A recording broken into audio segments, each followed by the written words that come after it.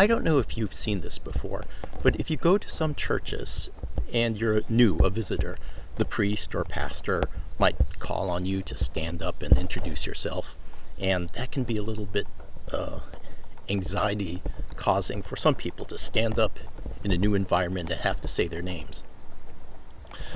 But one of my favorite stories from Acts 13, the book that we're reading for Easter season at St. Mary's. And by one of my favorite stories from Acts, I mean top 20 or something. I have a lot of favorite stories from Acts. The Apostle Paul has started on his missionary journeys, and he's in a city called Pisidian Antioch. There were a lot of Antioch. So he went to Pisidian Antioch, and on Saturday morning he went to the synagogue, and they did the readings. So you would think at this part of the service they're ready for the sermon. But the rulers of the synagogue said to Paul, "Hey, you're new here.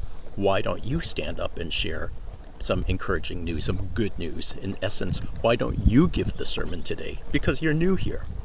So Paul gets up and he gives a long sermon, which is one of the long speeches recorded in Acts. So imagine you went to a church for the first time, and not only do they ask you to stand up and introduce yourself, but they ask you to give the sermon. Now, that's a tall order.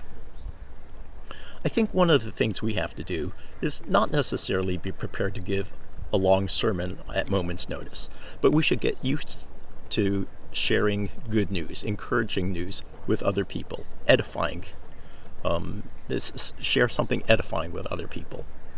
And one of the ways I think we can do this is by starting a St. Mary's YouTube channel. Right now, we are in COVID-19, and so that means shelter in place, and so that's bad. But it's also an opportunity to try a number of new things. With the St. Mary's YouTube channel, we'll have an opportunity to see each other face to face, even if remotely, more often. And what I would like is that we share maybe something that's devotional, including music, or something educational, maybe about social justice issues or something about the Bible. It will help us to become contributors of social media and not just consumers, and to see one another's faces.